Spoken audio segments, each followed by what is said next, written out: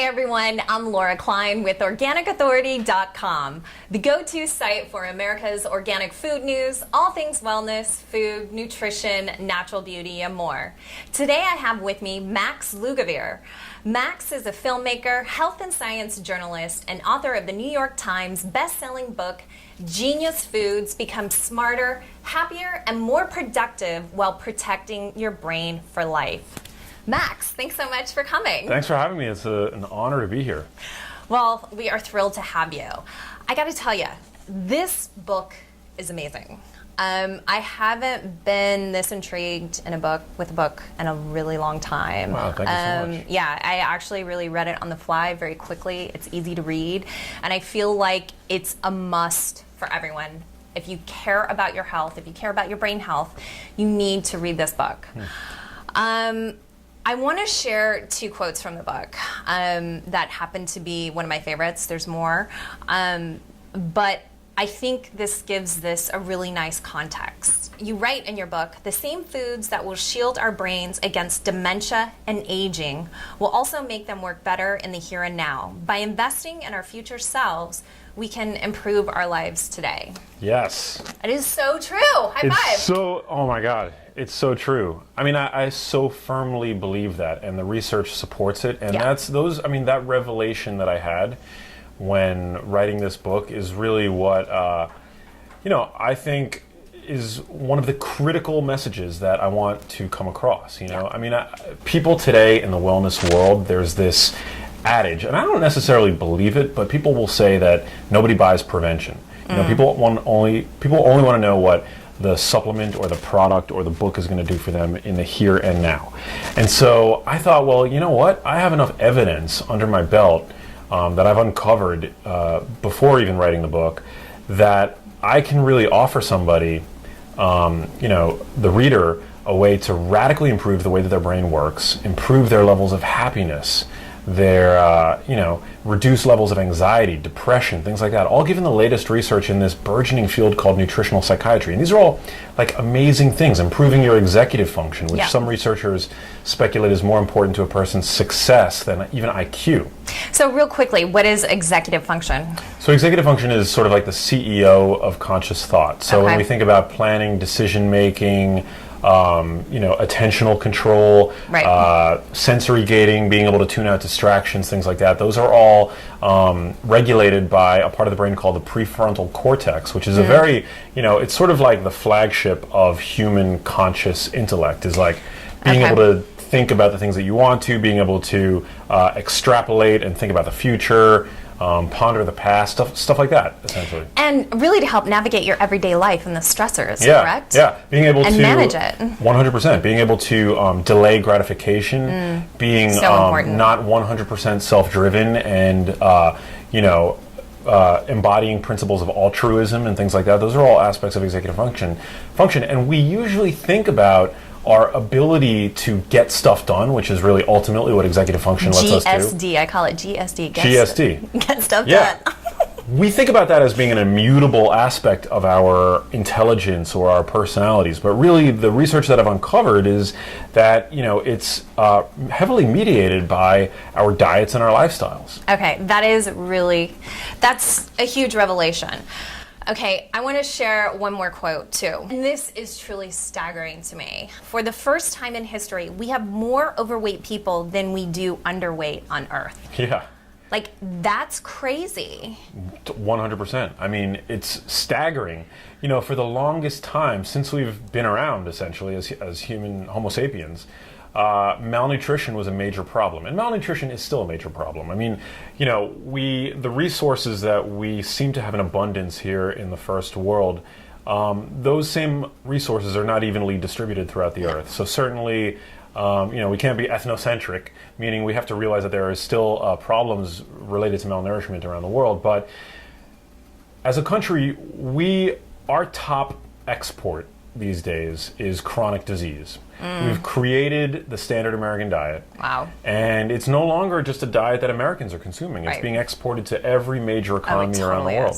People that, for the longest time adhered to more traditional ways of eating have now adopted the Western palate and they're eating fast food, they're eating ultra-processed foods to the point where 60% of our calories now come from these exact kinds of foods, ultra-processed foods. Okay, that's a really scary thought. Let's kind of like take a step back for a moment and let's talk about what inspired you to write this book.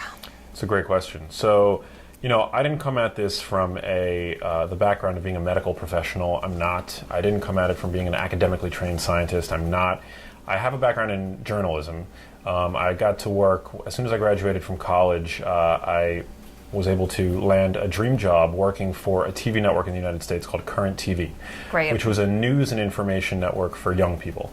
And it was run by Peabody Award-winning journalists, people who have had decades of experience in the field of covering, hard-pressing stories. In fact, the network that I worked for won an Emmy. And so there I was very much a generalist, and I got to do it for 6 years, really covering a very broad range of stories that young people are interested in. Everything from, politics in the Middle East, to technology, to fashion, to culture, to, you name it. It was an incredible job, and I got paid for it. It was like a pinch me scenario. Amazing. But at the same time, I learned very well how important language is when covering a sensitive topic. And I also knew how to research a topic. So as a journalist, you're trained similarly. I wouldn't say that going to journalism school is in any way similar to being trained as a scientist. But there are similarities in that you are trained to identify credible sources and know how to exclude sources that don't have a lot of credibility. You're trained to really ask questions and to maintain skepticism. And so I did Current TV for about 6 years, and it was an incredible experience. When I left Current TV in my late 20s to try to figure out where I was going to go with my life, ultimately in my career, having had all this experience under my belt, in my personal life, I began spending more and more time in New York City, which is where I'm from, and more time around my mother, who I'm very close with. I'm the oldest child in the family, and me and my mom have always been extremely close. In fact, my mom was a business owner, and her first business she actually had named after me. Oh, wow. And so my family's super, super close, and this was really the first time in 6 years, and actually even longer than that if you consider college, because I went to school in Miami, that I was able to spend more time around my family, who I love. And it was at that time that I started to notice that there was really something strange going on with my mom. I didn't have the vocabulary to articulate what it was that I saw, but it seemed as if her brain power had downshifted and suddenly became reminiscent of a much older person. Oh, no. She also... May I ask around, how old? She was 58. 58, okay. Yeah, which is very young. Yeah, it's very young. Yeah. Very young. She also had a change to her gait, which is the way that she walked, and again, had no framework for identifying or labeling it or anything, and I wasn't even trying to. I wasn't trying to play a doctor or anything like that. At the end of the day, me and my brothers all kind of corroborated. We all noticed the same things, but we didn't really think it was anything serious because I had no prior family history of dementia, any kind of movement disorder, of which Parkinson's disease is the most common. We were at a loss, and we kind of just moved on.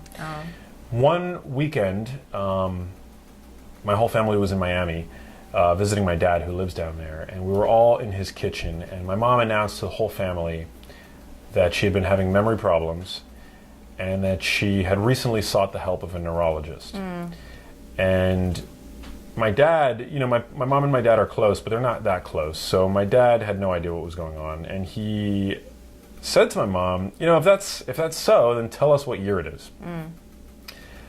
Mocking her in a way, not as if that were meant to be a real cognitive test of any kind, but my mom couldn't recall the year. She couldn't tell us what year it was, which is something that anybody should be able to do. Yeah, I'm so sorry. And then me and my little brothers, we were so ignorant that we chimed in and said, Mom, how could you not know the year? Sure. And she broke down and started crying, and that was the moment that I knew that I really needed to step in and figure out what was going on with her. And that became this journey that continues today and will continue until the rest of my life. And it's led to me getting to go with my mom to some of the top neurology departments in the United States. We're very fortunate to have been able to do that.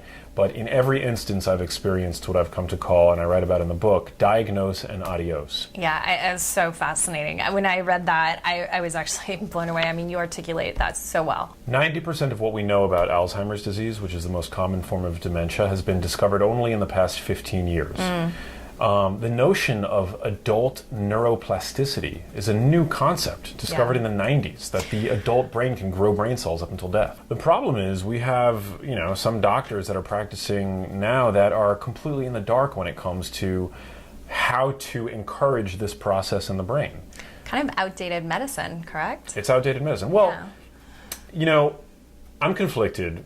And this is something that I've been trying to work through, because I do think that we need to take some accountability for our own health, right? I agree. We like to today offload our wellness to devices so we can check how well we've slept. Sure. And how, well our hearts are functioning. Sure. We really should be better able to tune in and tap into that and recognize that in and of ourselves. For doctors, I find that we tend to want to offload our health onto a doctor, right? Sure. And we get upset in the medical establishment when our health isn't going the way that it ought to. But the reality is that most doctors are completely undertrained when it comes to nutrition. And so, they get an afternoon at best. And I'm not just speculating. I've got many doctor friends at this point, and they will all corroborate that this is indeed the case. Yep. They're also critically undertrained when it comes to nutrition. Right. And meanwhile, most of the conditions that are burdening modern society today, these non-communicable chronic conditions that didn't exist in antiquity, are driven by our diets and our lifestyle. That's just like baseline. Then you take neurologists, right, who are really there to treat an organ that for the longest time was thought to be held in isolation from the rest of the body, right? The brain was considered for a very long time immunologically privileged because it's basically held behind the emerald, the velvet rope, so to speak, of the blood-brain barrier and sort of the emerald city of the skull. They know, next to nothing about nutrition, because for the longest time, nutrition was not thought to have any effect on the way that the brain functions. Amazing. And certainly not its predilection for conditions like Alzheimer's disease. So I just basically was like, look, I'm going to stand up. I'm not going to wait for anybody to give me these answers. Right. I'm going to go and take them, because, we live in an incredible time where all of the world's information is available to us 24 hours a day by way of our smartphones. Yep. And I'm not saying that, anybody can just go into PubMed and glean information in a way that's, we still need to be able to contextualize the information that we're learning. But at a certain point, I had another revelation. I realized that I had something that very few people have in my position. I have media credentials. Right. And so on top of reading all the primary literature, reading any book that I could find on the topic, even academic books, textbooks. I remember buying Parkinson's treatment textbooks. Wow. Yeah. Wow. TED Talks. I began actually reaching out to the researchers that were authors of the papers that I was reading. It's amazing. And it's led to me being able to amass, an incredible amount of information that I didn't want to keep to myself. No, and it's all in this book, which is really, truly amazing and well written.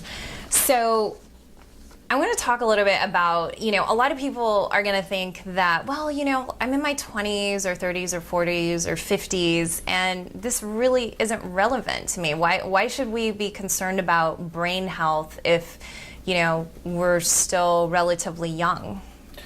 Well, dementia begins in the brain oftentimes decades before the first symptom. Right. So you don't, if you show up to the emergency room having a heart attack, the conditions in your arteries that led to you having that heart attack didn't begin the night before you having the heart attack. Right.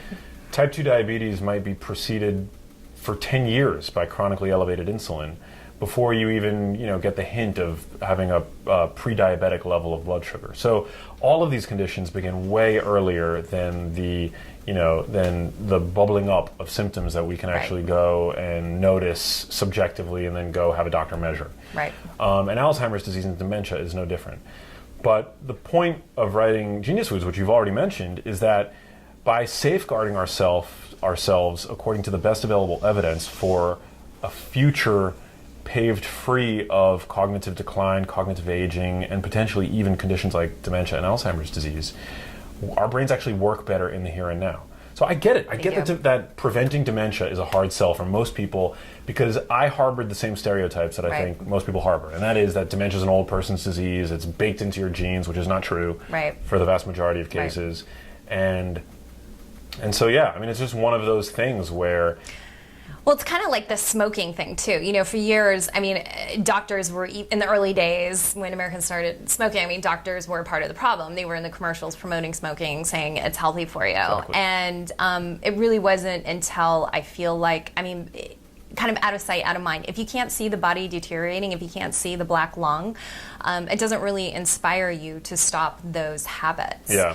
And I feel like people don't really make changes until they're in a severe amount of pain, and then they'll consider readjusting their lifestyle. But hopefully today, with this new knowledge and information that we have, and your book, Genius Foods, and all the information that's out there, people will start to take better care of themselves and actually really become their own health advocate and take 100% responsibility for their own health, because that is the only way I truly feel you can like achieve your best and operate at like your optimal human potential. There's no other way. 100%, 100%. I mean, certainly the medical establishment and the food industry and the government were complicit in the fact that, you know, for decades we've been told that certain things which are very healthy, and I talk about this in the book, are actually we've been told that they were unhealthy. And, and on the same token, we've been told that things are very healthy that are actually toxic. Yeah. So, I mean, the government and, it takes two to tango.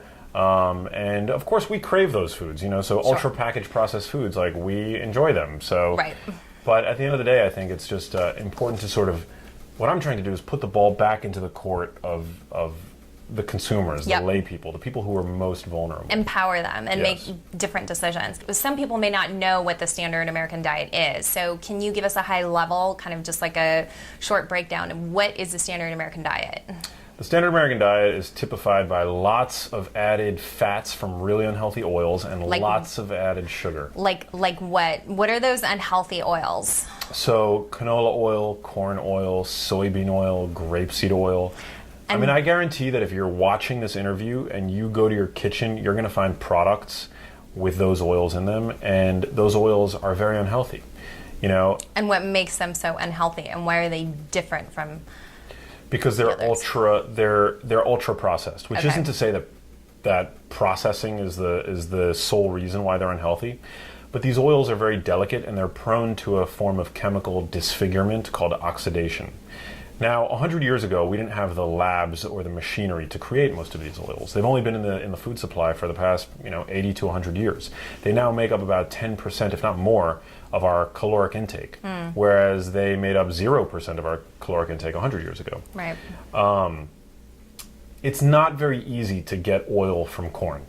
It's not super easy to get a tasteless, clear oil from soybeans, right? So are you saying the corn oil that people were cooking with for years is just like... super unhealthy. Toxic. Super unhealthy. And when I point fingers, I've got 4 pointing back at me. I grew up eating, consuming foods cooked in corn oil. We all did. We all did. My mom, made it for us. She ate it. It was... Because we were told it was healthy. Yeah. And, I mean, there's nothing wrong with that, 100%. Yeah. Totally. But then you can look at other oils like extra virgin olive oil, which humans have been consuming for thousands of years. Right. Because to make extra virgin olive oil, you crush olives. So I like to remind people, and anybody like listening to this video, that nature doesn't make unhealthy fats. People do. People make unhealthy fats. That's really awesome. That's a really great tip. Yeah. Nature does not make unhealthy fats. People do. Doesn't, yeah. That's really awesome. I want to talk about heart disease in America.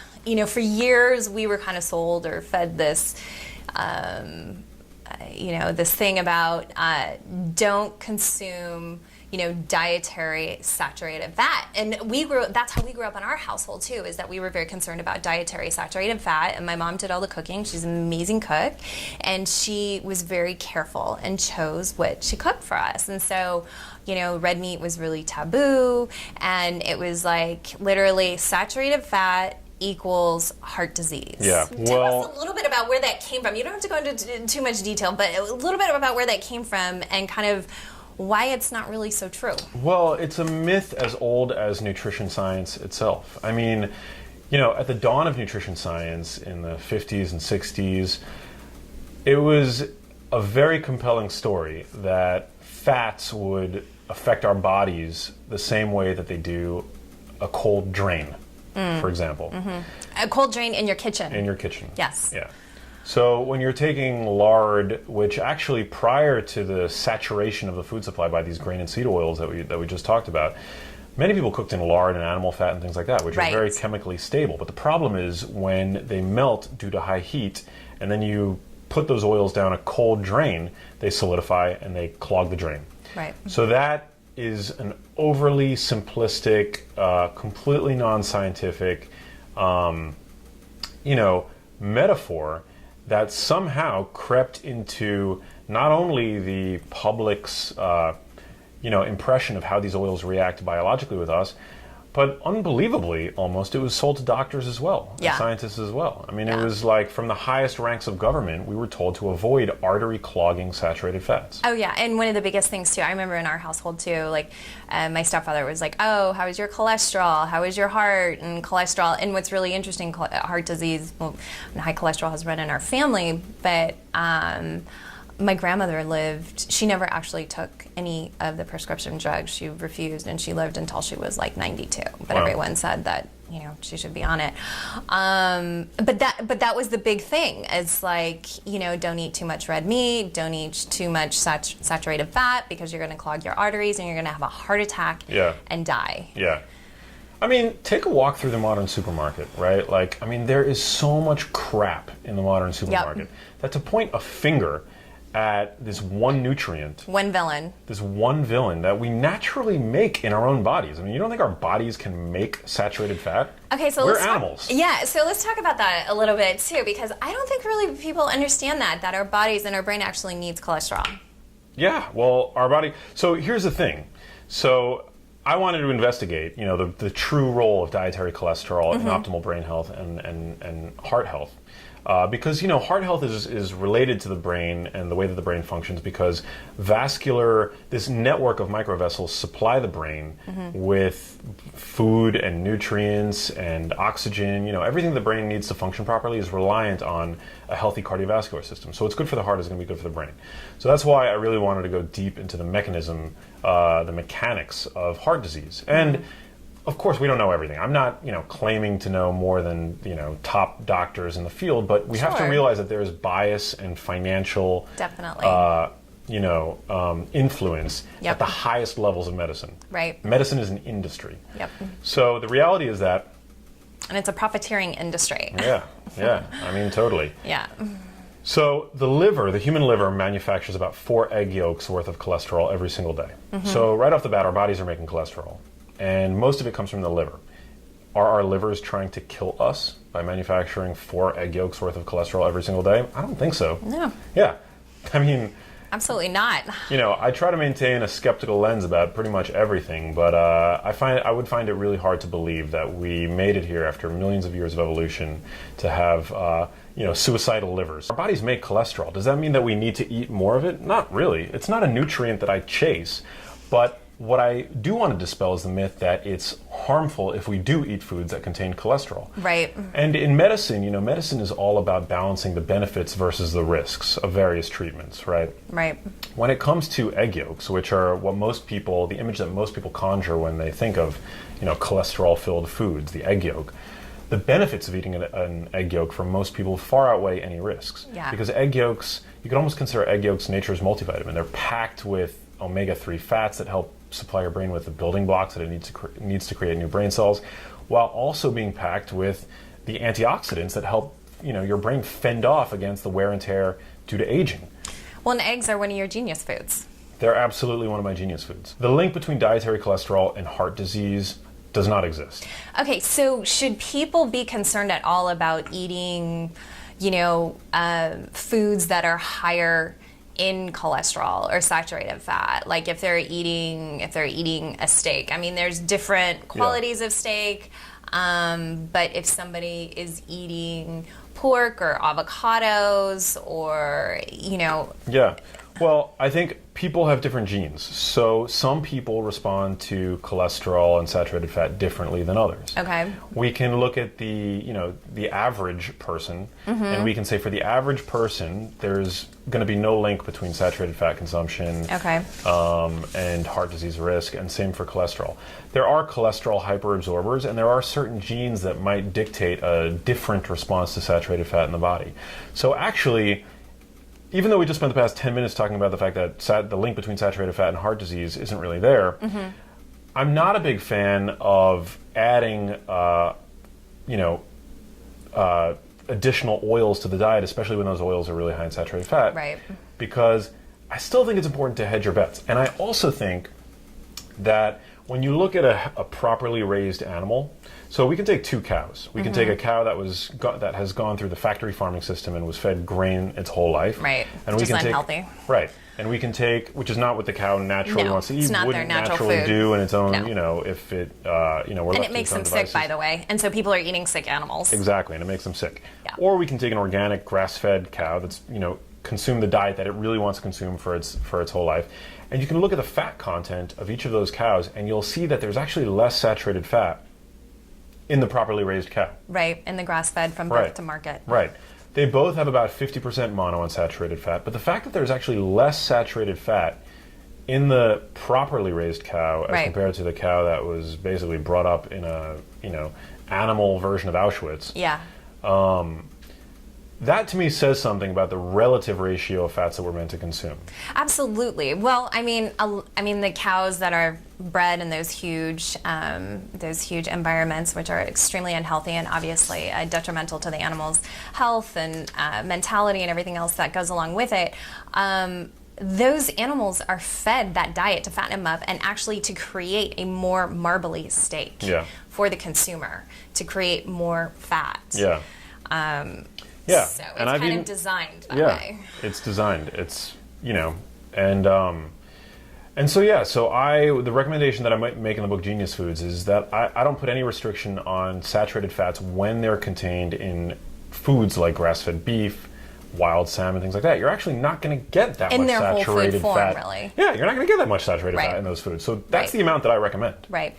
I think a lot of people today, because of the popularity of ketogenic diets and low-carb, high-fat diets and the paleo diet, are really slamming saturated fat. They're putting butter in everything from their coffees to their smoothies.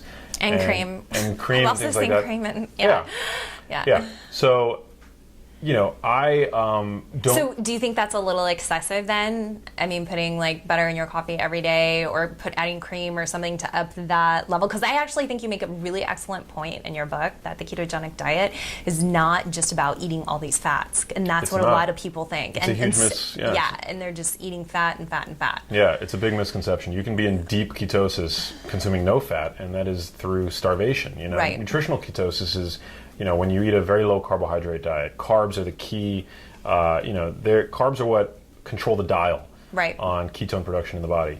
I think if your diet is really dialed in, then you can put the butter in your coffee. Certainly, I find butter coffee to be delicious. It is. I do it too. Not every day, but I'm eating a diet that I think is very optimized, and for most people that are consuming the standard American diet, adding more saturated fat into that equation, I think, is only going to be a disaster. Not a good idea. Yeah, not a good idea. Let's talk about sugar and America's elevated insulin levels. I think this is hugely important.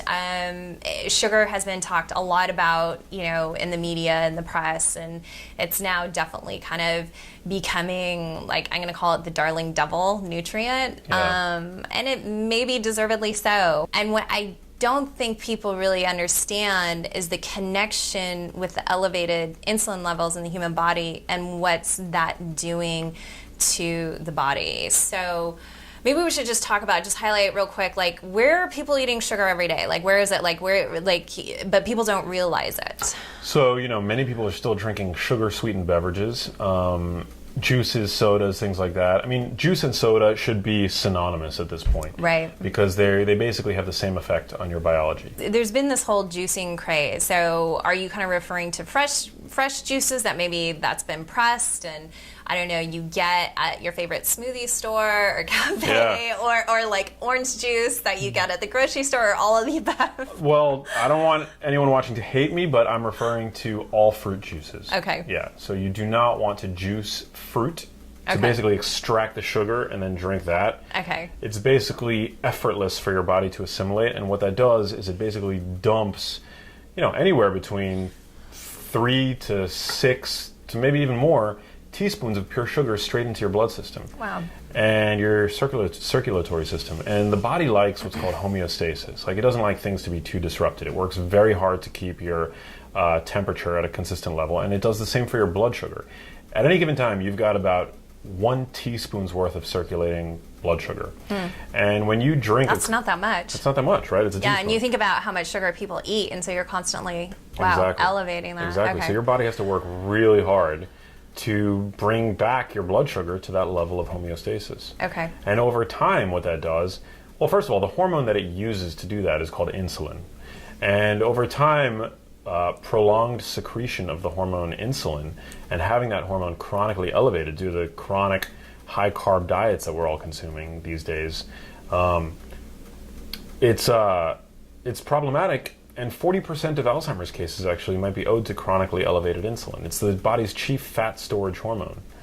So that's just crazy. Yeah. That is really crazy. It leads me to the subject of type 3 diabetes, which is really quite fascinating. I mean, insulin levels are obviously related to type 2 diabetes, but I'd love to have you expand on that. Yeah, so I mean, type 2 diabetes, there are 2 widely recognized forms of diabetes. One is type 1, which is an autoimmune condition, and nobody knows why type 1 diabetes develops. We have some theories. I certainly have a few theories, but essentially it's when the body's immune system attacks the insulin-producing cells of the pancreas. Type 2 diabetes is, on the other hand, a lifestyle condition, and it's brought on... A lifestyle condition. Yeah, Wow. yeah. Wow. I don't think I've ever heard it described that way. I mean, it's brought on by diet and lifestyle, essentially. And it skyrockets, its rates are skyrocketing right now in tandem with obesity, so much so that you can basically describe the two together as diabesity. Right. Diabesity. Yeah. Wow. So what that is, essentially, is when your cells have become tolerant or resistant to the signal that insulin bears, which is, let's get this sugar out of the blood. So prolonged stimulation of the insulin receptor on the surfaces of cells basically causes them to be like the boy who cried wolf. They basically tune out to the message. And that's when you become insulin resistant after about a decade. Okay. And after a decade of these high insulin, continuous high insulin levels. Right. Okay, the body decides that. Right. So you can have continuously high insulin levels and your blood sugar can still be normal because you haven't maybe become insulin resistant yet enough to the point where your blood sugar, your fasting blood sugar, slowly creeps up, or it has an impact on your A1C, which is your 3-month, average fasting blood sugar. But the problem is that insulin, in and of itself, being chronically elevated, is not good for the body. It's the body's chief anabolic hormone. It's the body's chief fat storage hormone, and importantly, what does anabolic mean? Anabolic hormone. So it's like growth and storage. Okay. So anabolic is growth and storage. Catabolic is the inverse, which is like the tearing down and utilizing of stored fuels in the body. Our bodies are designed to sort of volley between being in both states over the course of the day, over the course of the week, even seasonally, over the course of the year. And over the summer, when food was abundant, when there were lots of ripe fruits on trees, we'd be probably, for the most part, in an anabolic state, eating as much fruit as we could get our fill with so that we could store fat to help us make it through the winter. And the winter would be primarily a catabolic phase where our bodies would be tapping into the fat that we had stored over the course of the summer. Today, our bodies are stuck in an anabolic state 24 hours a day, 365 days a year. So we're also overfeeding ourselves as well. We're overfeeding. Yeah, we're overfeeding. Crazy. Yeah. And so that's problematic because our bodies have evolved different tasks that they want to carry out during both of those phases, the anabolic and the catabolic phase. So one example of a catabolic process is autophagy, which is now being actively studied by longevity researchers. This is a huge topic now. It's a huge topic. It's when, the body, basically the lysosomes of your cell, basically clean up worn out, damaged cell parts, like mitochondria. Right. So mitochondria are the power plants of our individual cells. And, this catabolic process can be used to clear out old, worn out mitochondria. It's called mitophagy. Right. It's a form of autophagy. And so without getting too in the weeds, that's a catabolic process. And lo and behold, we can encourage autophagy to occur with fasting and, vigorous weight loss. Or not weight loss, vigorous exercise. Intermittent fasting, which is also a huge topic these days. Yeah. Exactly. And maybe you can touch on that. So basically, just to kind of recap and highlight this, continuous stream of sugar and elevated insulin levels is really leading to, really America's obesity epidemic and really health crisis, and just so many diseases, which I'm sure you could list, but it's not just Alzheimer's or dementia. We already touched on obesity, but so many others. Intermittent fasting, I think, is really, let's touch on that a little bit. So I know I'm kind of a person who I've been told I'm hypoglycemic. I kind of get the hangry. You actually talk about that in your book, which is really fascinating. And this whole concept of intermittent fasting to kind of stress out your cells, and so they rebuild themselves, is really fascinating in terms of kind of getting to your peak level. So let's talk about a little bit, how do you do intermittent fasting if you want to kind of break this cycle of constantly feeding yourself? Because like you were saying, thousands of years ago, we weren't constantly being fed. Totally. Yeah, so for me, it's very simple. I don't obsess over the number of hours or the time of day that it is. I go by the points in the day at which I'm waking up and going to sleep. And what I essentially do is I won't eat for an hour or 2 or 3 after I wake up, and I won't eat for 2 to 3 hours before I go to sleep. Okay. And the reason for this is that the body has natural inclinations to perform certain tasks in the early morning hours and just before bed and during the time in which we are sleeping. And so by digesting food, and especially foods that basically blunt this catabolic process, which is actually a good thing, that we want to encourage more of today, you're interfering with those processes. So, for example, the first thing in the morning, we have a hormonal milieu in our body that wants to burn off stored sugars, and that includes fat. So for people that want to burn fat, which is no doubt going to be good for the waistline, right. Don't blunt that process by eating as soon as you wake up. Let that fat burning process commence. So how long should you wait? 3 hours, 2-3 hours? Well, so here's the thing. We're diurnal creatures. We want to eat during the day, right? So you don't want to push it until 5 p.m., right? That would be extreme and not necessary. Right. But we have this morning hormonal environment that wants to burn fat as soon as we wake up. Okay. So I say don't eat for an hour or 2 or 3. If you're waking up at 6 in the morning, I probably would say, you don't really have to eat until 9, 10 or something like that. That's fair. Yeah. That's fair. And that actually isn't really, it doesn't seem that extreme. You're not waiting until 5 o'clock, what you said. You could push it to noon. I mean, so one of the leading researchers in this field, Sachin Panda, who's at the Salk Institute down in La Jolla, he's studying a form of intermittent fasting that is defined by a 16-hour fasting period and an 8-hour feeding window. So generally, I think that's a good framework to have. But even when I interviewed him personally, I drove down to the Salk Institute. It's really not as productive to focus on the number of hours and instead to honor the body's natural circadian inclinations. So if you're hungry in the morning... Yeah, if you're hungry in the morning, you shouldn't really be super hungry as soon as you wake up. Because again, cortisol, what that's doing is it's working to... that catabolic process is working to liberate stored fuel. So you've got all the fuel, the food, so to speak, you need around your waist. Right. Right. So you shouldn't be starving as soon as you wake up. What I do drink as soon as I wake up is a big glass of water and some electrolytes. And how I get that is I put some salt in my water.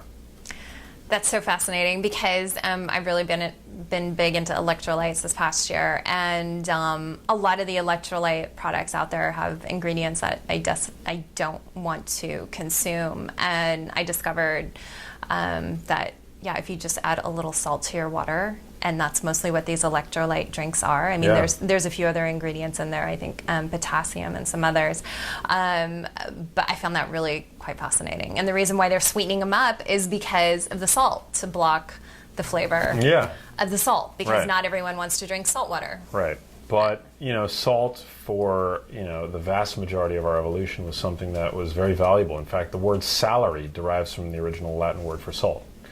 So it's something that, we need. Sodium is a nutrient. I want to talk about whole wheat bread and the glycemic lie. I mean, a lot of us have been taught, eat whole wheat bread. It's good for you. It's not white bread. Yeah. But you kind of bust this myth. Whole wheat bread has a higher glycemic index than table sugar. That is stunning. When I read that in your book, I was blown away. Yeah. So state that again. Whole wheat bread has a higher glycemic index than table sugar. That's it's going to crazy. affect your blood sugar more rapidly. And raise your insulin levels. Yep. Quicker than table sugar. It's not a health food. It's not a health food. Okay. And I wouldn't consider most grains to be health foods either, especially the way that they're prepared in the modern world. I mean, if you were going to pick your own wheat and grind it yourself, I would say maybe then we can talk.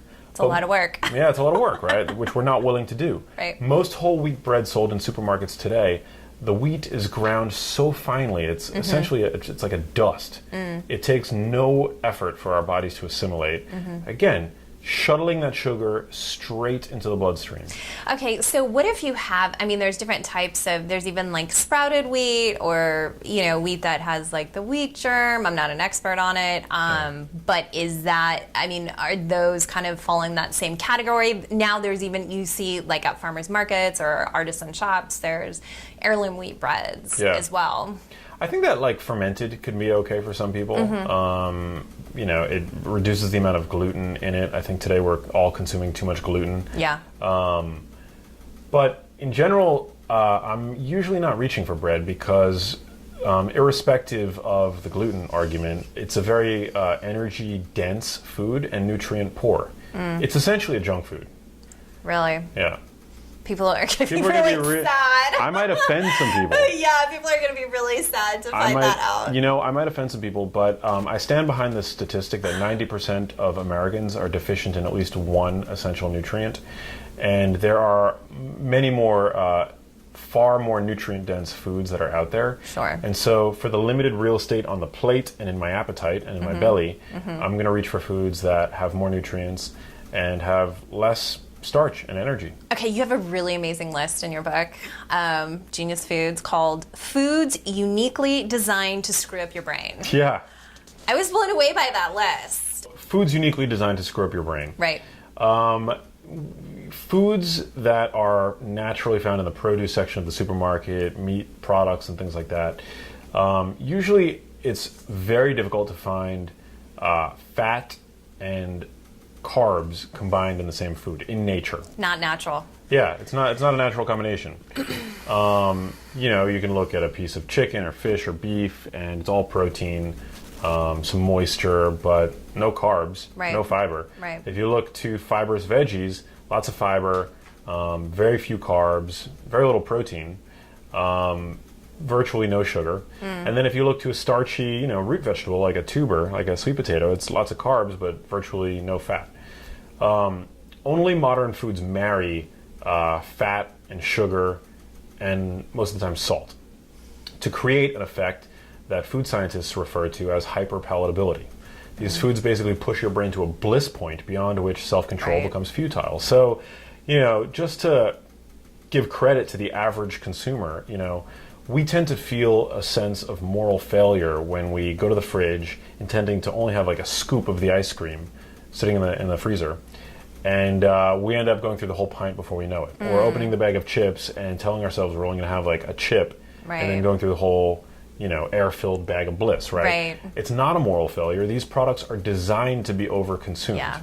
Yeah. And so those foods that literally have food scientists paid big salaries to addict you to. I coined them as being foods uniquely designed to screw up your brain. Wow. And so these are obviously candy bars. They include granola bars, pastas. Granola bars. Yeah, that's on the list. And a lot of people think they're healthy, and they really aren't. I mean, well, let's strip it down. Let's say, okay, because there are some really unhealthy granola bars out there that are full of sugars and sweeteners, and actually sometimes even 3, 4, or 5 different sugars. Yeah. Then there are some granola bars that they've toned way down on the sugar or have tried to eliminate it, but there's like dried fruit in there. Maybe not as much sugar. I mean, should we just not be eating granola bars altogether? They're going to put sweet things in it, like dried fruits, because they still want to hit that threshold where you're like, wow, this is impossibly delicious. Right. You know? I mean, I grew up, there was a granola bar, I forget the name, but it came in a little green wrapper.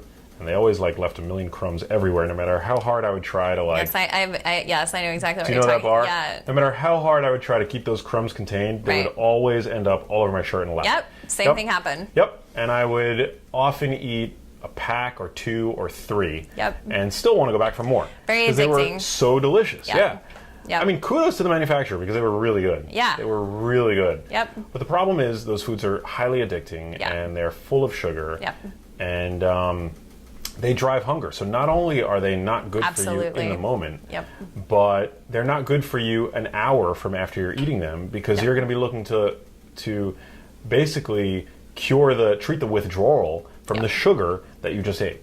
Yeah, no, I definitely fell victim to that for many years. I was definitely part of that time where it was like, okay, go on a low-fat diet, eat a lot of carbs, and I couldn't figure out why my weight was going up. And then I would eat carbs or like a granola bar and then wonder why I was hungry an hour later, and then also just kind of like a total bitch because my blood sugar would just go boom. Yeah. And I just, anyway, but that's a whole different story. You need a nap afterwards. Yeah, no, it's really crazy. Okay, so what else is on this list? We've got pizza, we've got pasta. That's sad. People are going to be really sad. Burritos, tacos. Really sad. I know. Bagels. I'm not making any friends. No, you're not. You're not making any culinary friends. No. Do you ever cheat? Do you ever go out on the weekend or like, I really feel like a pizza, or I really feel like a pasta? I try to eat like healthy versions of those things, There are some companies now that are making, and I have no affiliation with any of these food companies, but that are making healthy tortillas and things like that, or healthier, I should say. Okay. With grain-free, But sometimes grain-free, I feel like, is a trap too, because you have to like read the label. Well, you have to read the label on everything, no matter what. It doesn't matter. But they're putting other ingredients, mystery ingredients, in there that you're like, what is this? Yeah, so I say healthier. I'm not going to say that they're fully healthy, but I mean, it's like it's one step closer to being more in control of the way that your body is going to respond to these foods. Okay. And then also it's kind of retraining your palate a little bit. I totally agree. I feel like we've actually talked a lot about this. I've talked a lot about it. Is that America, we've all been raised with a specific palate, which is why we're craving these foods. And like what you talked about in terms of, these big food corporations, they pay scientists and chemists to create, the perfect like satiety to bring people back for more and more. And you're absolutely right. The consumer, it is a bummer, and consumers kind of, it's really tough to break that habit. And we have to retrain our palate because the vegetables that perhaps we grew up on that tasted terrible and maybe, were boiled. Nobody likes boiled vegetables. Nobody wants to eat boiled vegetables. Yeah, and think about like all the families that are still afraid of using salt. We talked a little bit about salt, right? Yep. I mean, one of the most beautiful, amazing things about salt is that it takes things that are not that palatable and makes them delicious. Yep. So if you're a mom and you're trying to get your kids to eat more vegetables, use the freaking salt. Make it savory and delicious. Right. I mean, the way that I make vegetables, like I love them. Like, I mean. So what's a tip? How do you make them? Well, you just want to use a high quality salt. spice the hell out of them. Like Himalayan or something? Yeah, Do you like Himalayan? I like Himalayan pink salt, yeah. I use like a mineral-rich salt. I don't buy iodized salt. I don't buy sea salt. They've done a study where they found that many sea salts are contaminated with microplastics. Really? Yeah. Oh, that's interesting. Yeah. Did not know that. Wow. Okay, I stopped buying iodized salt years ago, but did not know that about sea salt. I buy, and I have no affiliation with the company, but Redmond Real Salt. Okay. It comes from like an underground lake. In Utah. Is that the one in Utah? Dehydrated lake Yes. in Utah, yeah. Okay. Yeah, no, they're a good company. I have their salt as well. I feel like there's so much you can do with vegetables today that aren't the vegetables that were eaten so many years ago. Yeah. And so many chefs have come up with like creative, amazing, delicious recipes. Yeah, I love vegetables. Like anybody who's like, oh, vegetables, I'm like, come over to my house for dinner. I've learned how to cook them, yeah. Let's talk about the importance of sleep. I feel like America has also, America is definitely on overdrive. We've got so many stressors. We've got, we're constantly connected 24/7. People aren't getting enough sleep. Yeah. Why do people need to get sleep? Sleep is so important. I mean, when we sleep, our brains basically purge themselves of toxins that aggregate over the course of the day. It's a way to sort of press the reset button on our body's hormones, that many of which are involved in hunger, the sensation of hunger. So if you're trying to lose weight and make dietary changes, which is like among the most difficult things for most people to do, you really shouldn't. You're putting the cart before the horse if you are starting anywhere before sleep. Like getting your sleep in order is like one of the most important things that you can do, because it's a master hormonal regulator, and our hormones dictate our behavior.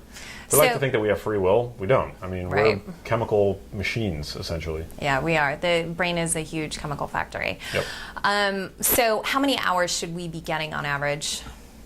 It's different for everybody, but 8 to 9, I think is a good, reasonable amount. It's a figure that I've heard recommended before. Sure. People are different.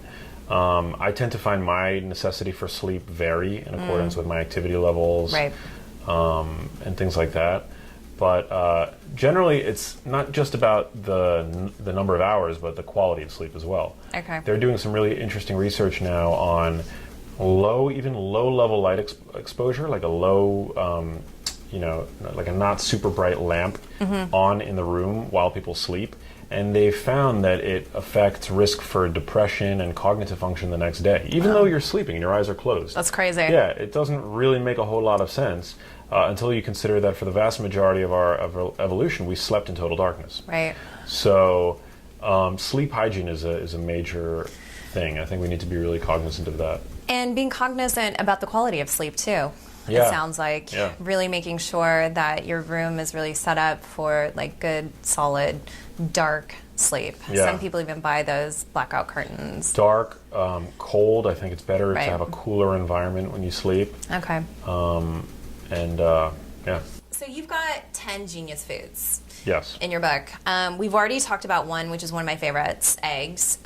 We can just kind of circle back to that for a moment. Okay, so let's qualify the eggs, though. We're not just going to go out and buy any old egg, right? We want to what kind of eggs do we want to buy? Although not all eggs, I don't want to say like some eggs are bad or whatever, but people have access to different things. In general, eggs are a very cost-effective way of getting really high-quality protein and a number of nutrients. So, if you're strapped for cash, don't feel guilty about buying conventional eggs. Right. But my preference is, eggs that come from chickens that have been raised on a pasture. Right. Or omega-3 enriched eggs. Those are the best that you want to get. Why? Because the chicken is in its natural environment. They're foraging. Yeah. They're eating what they naturally want to eat, and that just leads to egg yolks. First of all, you can always tell the quality of an egg by how thick or thin the shell is. Yep. A thicker shell is going to be a higher quality egg. And when you buy pastured eggs, you can tell that you really need to hit the egg hard to break the shell. Yeah. Whereas a conventionally raised or produced egg is going to be super thin. Right. And that's very apparent. And what about the color of the yolk? I feel like the color of the yolk, or am I making this up? Like the darker the orange is also an indication. It's an indication of the presence of carotenoids, which are fat-soluble antioxidants which help prevent the aging of our brain, eyes, skin. And we've been told for years not to eat the egg yolks. Yeah, no, you want to eat the egg yolks. Okay, all right. Olive oil. We got to talk about olive oil. This is like really insane in how powerful it is. It's the cheap oil that I use in my kitchen. I call it nature's Advil because it's got a compound in it that's been shown to be as anti-inflammatory as low-dose ibuprofen. That's crazy. And humans have been consuming extra virgin olive oil for thousands of years because to make extra virgin olive oil, you crush olives. And this is, a stark contrast to how, grain and seed oils are made, which line our supermarket shelves, which require chemistry labs and, harsh heat and machinery and things like that to produce. So in your book, I think you touch on do you recommend, and correct me if I'm wrong, taking like a tablespoon of olive oil a day? I don't actually make that recommendation in the book, but it is a good recommendation. Okay. Yeah, you still want to be cognizant of, calorie intake, but Sure. for the vast majority of people, I don't think anybody's going to be prone to over-consuming extra virgin olive oil with a spoon. So, Okay. So yes, the reason for that is that it's a very healthy fat and it's got these powerful anti-inflammatory compounds in it. And it's also a hallmark of the Mediterranean dietary pattern, Yep. strict adherence to which is related to reduced risk for developing dementia by 65%. So That's amazing. That's Yeah. a huge percentage. Okay, genius food number 7 on your list. I've kind of like pulled it out of context. That's the number that you give it in your book. That's where it resides on the list. Dark leafy greens. Yeah. I'm a big fan. Kale, spinach, arugula, those are my favorites. Rush University research has found that people who consume a big bowl of dark leafy greens every day have brains that look up to 11 years younger. That's crazy. On cognitive tests and scans and things like that. So That's crazy. yeah, it's just that they're very nutrient dense. Nutrient density is the hallmark of any health food, and it really is a ratio. It's a ratio of nutrients to calories. And when it comes to nutrient density, dark leafy greens are among the top foods there are because they've got very few calories and a ton of nutrients. Oh my God, that's amazing. Yeah. Max, we've covered so much today. I want to thank you for coming here. Thanks for having me. This was awesome. Well, thank you. Everyone go out and get this book. Genius Foods. Become smarter, happier, and more productive while protecting your brain for life. All right, so where can people go if they want to find out more about you and get your book? Definitely, people can go to geniusfoodsbook.com to learn more about the book, but it's available everywhere books are sold. People can find me on Instagram at Max Lugavere and on Facebook, on Twitter. I'm out there. I'm pretty easy to access. So. Yeah, I'm sure you are. Oh, and also have a podcast. Yes, tell him. Yeah, the Genius Life podcast. It's All a right. top-rated health podcast on iTunes. It's somewhat new to me, but not that new. I should have remembered it. But Well, and speaking of Genius Life, you actually have a whole lifestyle plan in here, by yes, the way. I do. He gives you steps where you can take action. It's really awesome. So, Max, thanks again for coming. Thanks for having me, hug yes. instead of a handshake. Oh, and man, so good. thanks for watching, everyone. We'll see you next time. I'm Laura Klein. Bye-bye.